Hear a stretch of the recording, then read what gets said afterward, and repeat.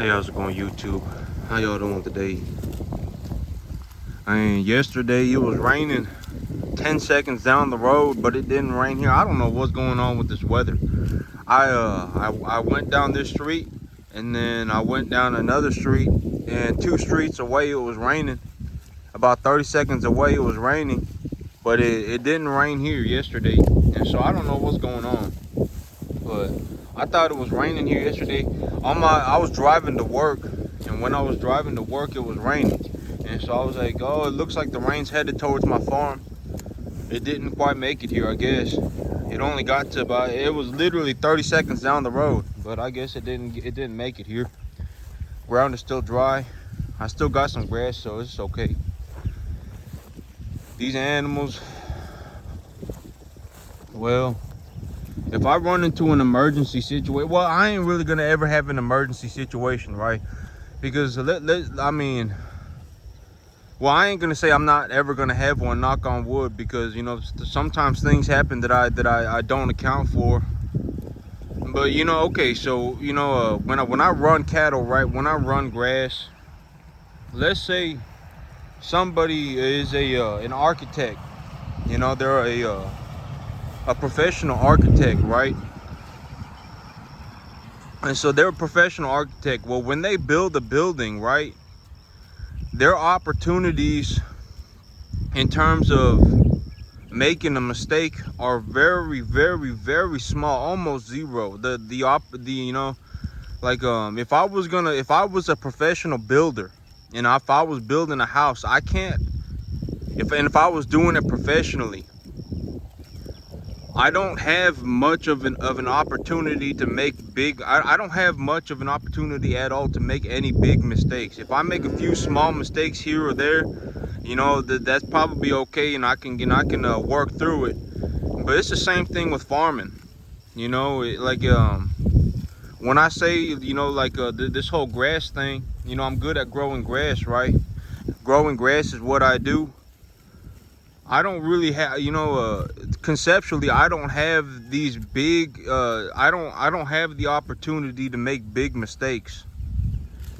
And so, you know, like when I grow grass, you know, I think of it like a profession, because I mean, farming is a profession, and professional farmers, it's like building a building.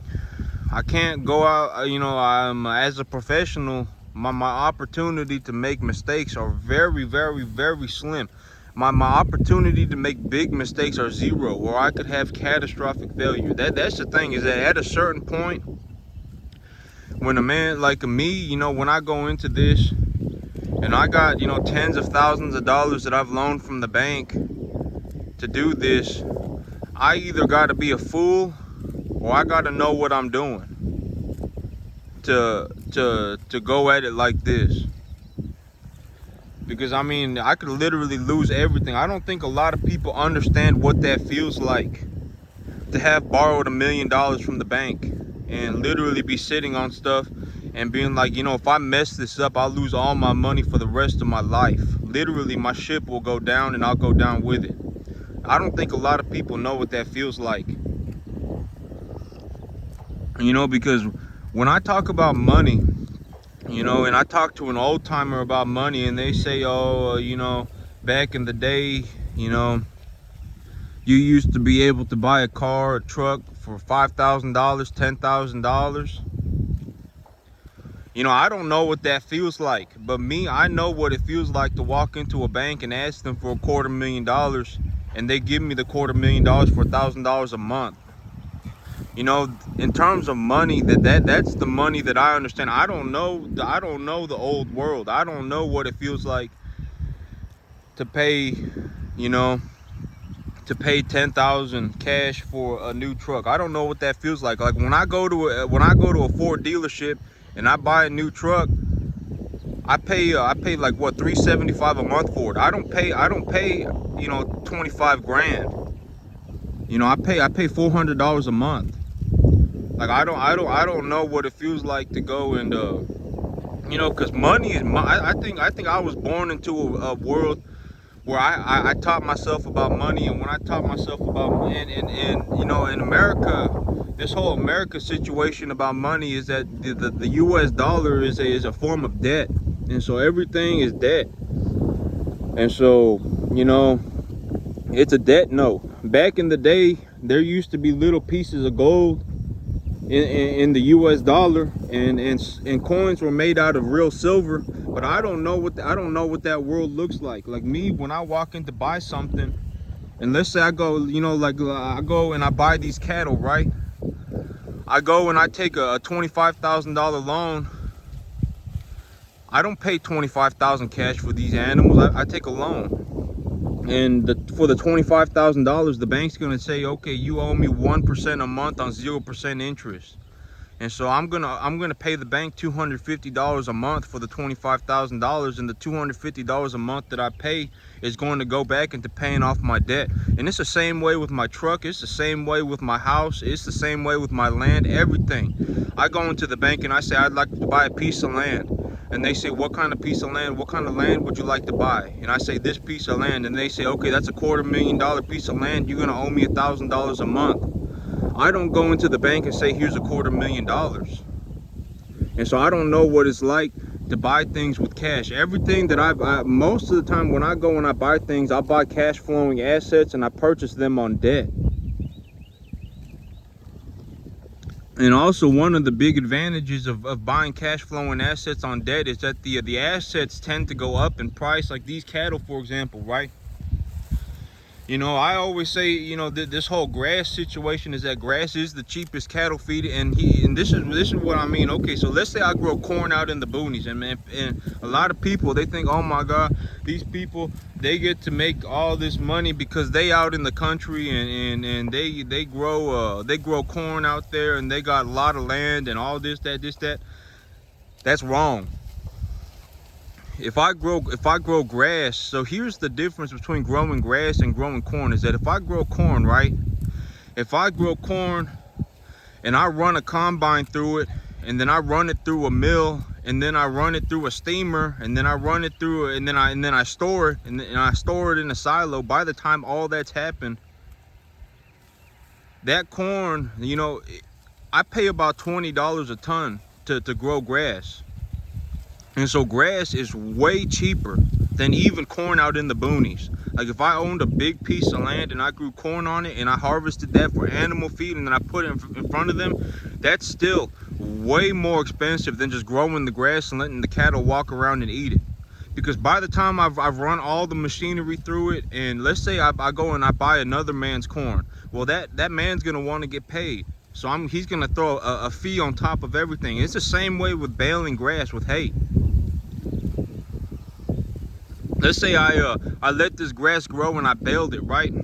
That's one thing I realized this year, is that I'm as long as, you know, if I'm looking to run cattle, I'm not gonna bale hay ever, because it's just not worth it's just not worth the time, and it's not worth the capital that it takes to bale this grass. You know, because okay, so here's what hay looks like. If I went and I bought a roll of hay from somebody else's farm, they're gonna have put about $20. Okay, so let's say one roll weighs 1,000 pounds, a half a ton. They're gonna have put about $10 into growing that roll of hay, and that roll of hay is gonna have about $5 of net wrap on it. So boom, that's another $5. The farmer's gonna want about $25 for his time. So boom, that's $40 or $35, and then they're gonna want $10 for their baler, and then they're gonna want $10 for their tractor. So now it's a $50, $60, $70 roll of hay, and I only got $10 worth of grass in it. And so, you know, baling hay and buying animal feed and stuff like that when running cattle, it's just not worth it.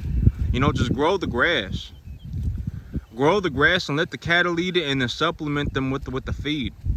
You know, and because, you know, like me, right, I don't live out in the boonies. Like, even though if I was gonna go out in the boonies, I'd have to go drive about an hour away, you know, and I could go where all the feed mills are and stuff. But you know, it ain't, you know, there are also advantages to not living out in the boonies. Like, I could load these cattle up on a truck, and I can go to 10 different sale barns within an hour from me, because they're all near the city. Or there are a lot of sale barns near the city. You know, there are, I know that there are sale barns out in the boonies too, but you know, and my land appreciates faster, and you know, there are advantages to being, you know, just not in the boonies. You know, one of the advantages of being out in the boonies, I will admit, is that the land is so cheap. Like if I took a 1 hour drive out east, you know, the price of land about falls 30, 40, 50% per acre. And so, but that land, it depreciates very slowly. And there's also, you know, being out in the boonies, it's just, you know, realistically, so me, right, I can get feed for $3.25 a ton. And let's say instead of getting feed for $3.25 a ton, I went out into the boonies and I can get feed for $2.50 a ton. But that's $70 a ton. It ain't really gonna make any much of a difference when I'm growing my own animal feed. When I'm growing my grass like this, it don't matter. You know, my grass is this is good quality animal feed. It's got good protein in it. It's got vitamins in it. It's got everything in it. These animals, they put on good weight on it. You know, the grass is a phenomenal cattle feed. A properly grown, well-maintained grass is very good for cattle feed. And this grass, you know, I haven't found anything, even when I've read through like the feed mills charts and stuff, I haven't found anything that even gets close to $20 a ton, to $20 a ton of dried matter. So if I dried this hay out to about 15-20% moisture, you know, I could grow about a ton of that for about $20. And so, you know, grass is the #1 resource when it comes to putting weight on these cattle. And if I could get up closer to these animals, I show you the conditioning on these animals. But I got a few heifers right now putting on a fat rope. I don't know if people know what a fat rope is, but it's a sign of conditioning on these. Oh, actually, I got a few animals standing over here. Let me see if some of these animals, they don't got fat ropes, and only heifers get fat ropes. Steers and bulls, they don't get fat ropes. But when an animal starts to, when a heifer starts to get fat, so this is a small frame heifer right here. She's a small frame heifer, but she got a good bit of fat on her. Oh, this one's a little bit of a larger frame heifer, but I think she's gonna kick me if I mess with her tail. But if you look under her female parts right there, it looks like the skin and the hair under her female parts has been braided. It's almost like it's crinkling up. But that's called a fat rope. But these heifers, they'll oh, this animal lets me touch her right here. But you see that? It kind of looks like it's rolling up. And it's turning in it, but you see the steers, how they're flat. If you pause the video when his tail is up, you'll see that his the skin under him, this is a steer, but he's the steers, they don't develop fat ropes. But when these animals start getting fat, they'll start getting fat ropes. And so, you know, these animals, these are hefty animals. Like this guy right here, these two right here, these are some real large frame yearlings.